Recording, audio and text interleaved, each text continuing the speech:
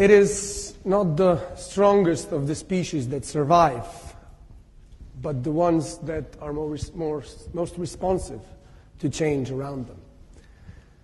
A thesis by Charles Darwin that we all accept today, but in its time, this is what he got in return.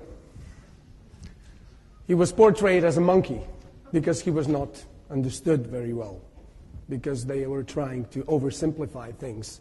And I'll try not to do the same mistake. We ourselves are a product of millennia of constant adaptation to change. We as humans have evolved because we are able to adapt to various situations, to various climates, to various weather conditions, social relations, technological advancements, you name it. We as humans are very successful in being responsive to change, in being able to adapt to the change. The thing is that change is always here. That change is something that follows humans since the very beginning. So there is, firstly, we need to say that change is not something that is happening now. We tend to think that change is something that happens in the present, in the modern era, as they say. But it actually is ever present. The only difference is that it's going much faster and faster and faster and faster and faster and faster. The pace of change has become faster than the pace of a human lifetime. And while a generation ago, parents were telling their children that things will be different in their age, today, things will change within our lifetime.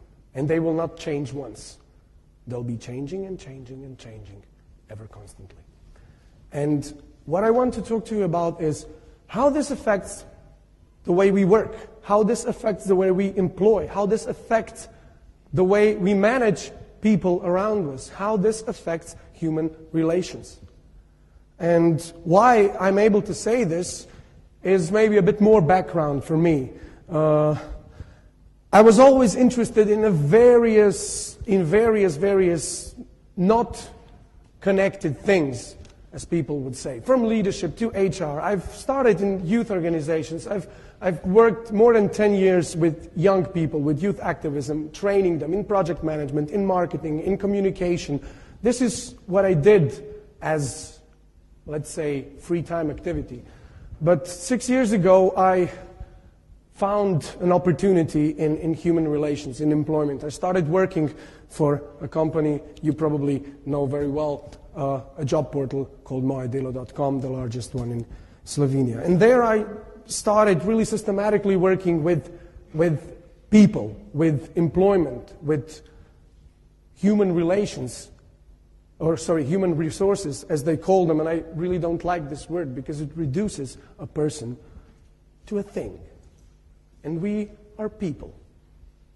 We are people. We're not things. And this is why we should think about people differently. We found that not a lot of people really know how to search for a job. We also found out that not really a lot of companies know how to seek proper employees, how to pick them, how to manage them. So we started helping. And by doing workshops for students and for people who wanted help in this, we've evolved. And we've also gained some knowledge, and we've also gained some models and some ideas on how to help a broader spectrum of people in this. So 3 years ago, we had a great opportunity that arose from a great social tragedy. That was the textile factory Mura in Prekmurje, in Murska Sobota. I was not there when the problem started, but we were practically the only ones who were prepared to help when the problems were there and when the people were getting laid off. I can't even begin to tell you about how hard it was for us to get people who wanted to do it, because everybody said, look, it's impossible. These people have lost their jobs and they'll never have them back. And we tended to disagree. So we tried doing this, and this is what I've dedicated the last 3 years of my life to, and I think we were very successful because 35% and more of people who attended our programs were able to find a new job or a job training and maybe even keep the job. If you know that they were probably older, that they were stronger, that they didn't have this knowledge on how to succeed in the job market, you can probably, if you compare it to other data, say that this is quite a success. But all things have evolved. All things have become faster. All things have become adapted to change. We adapt in all situations, but in the fields of working and employment and how we seek for jobs, we are simply not responsive to this change enough. What has changed in terms of working is immense. We've gone from having one profession to having multiple professions in a lifetime. We've gone from one job or a few jobs to multiple jobs, not only in a lifetime, but multiple jobs at the same time. We've gone from do what you're told principle of working to fix this for me because I don't know how. We've gone from obedience, which guaranteed stability in a production process, we've come to demand for added value. So we don't care anymore what amount of work is put into some effort, but how successful are we in it? We've gone from relatively physical labor, routinal labor, to mental labor, to creativity. And this is something that we search more and more and more. And in the year 2012, of course, your boss doesn't know how to do your job, so he's searching for ways how to fix it. He doesn't know if you're effective or not because he probably doesn't know what you're doing. Because we've come to be highly specialized in what we do. And then comes the crisis. What is the crisis? Crisis is nothing but constant, everlasting, and fast-paced change.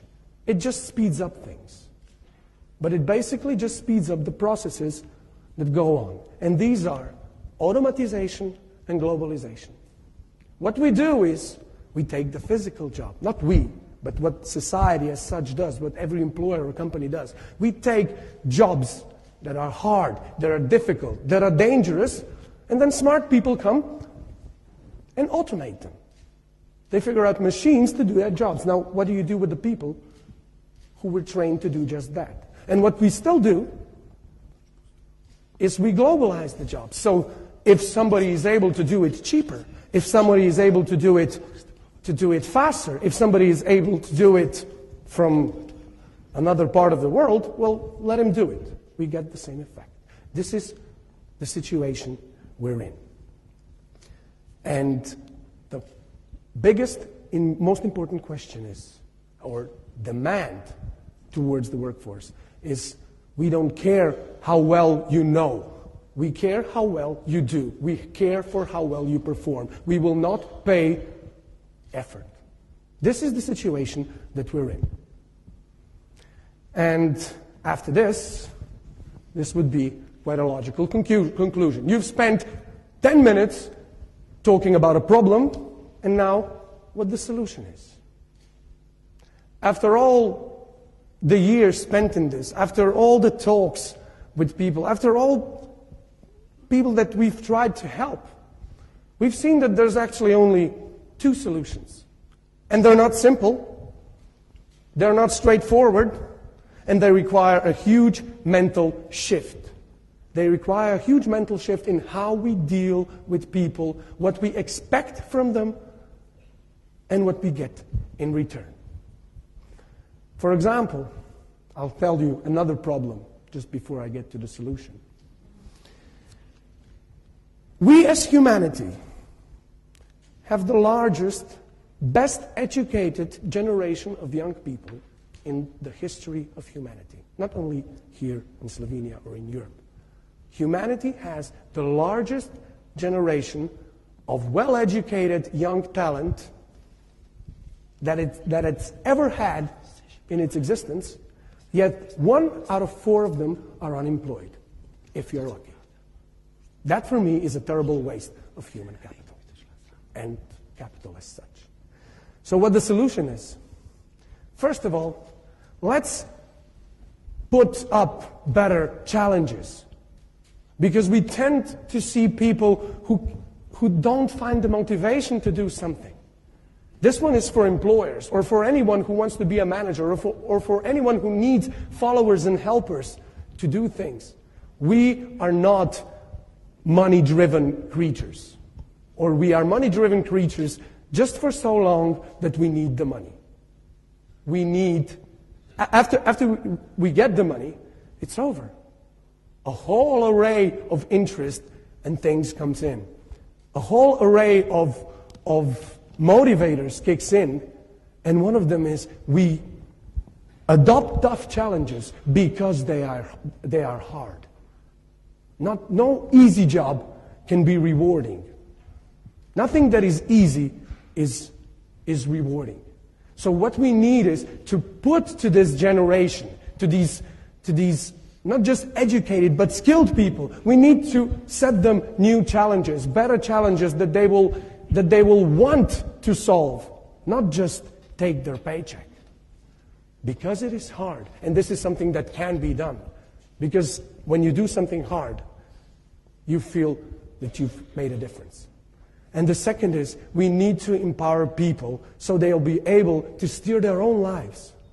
All of human history, we've been trapped in relations in which the majority, the minority, the elite, organized everything and told you what to do with your life. In times of informatization, in times of such general education, this is obsolete. We need to start self-directing ourselves. We need to start expecting more from people. And most of all, we need to give people the chance to steer their own lives and to take responsibility for their actions. We need trust for their actions. And many people just say, can we do it? Are we able to do it? Well, it's all a matter of expectations. Your expectations will lead you to your results. So if you expect you can't do it, you won't do it and you will prove me wrong. But if you expect you can do it, then let this be your confirmation. People will always become exactly the way you think them to be.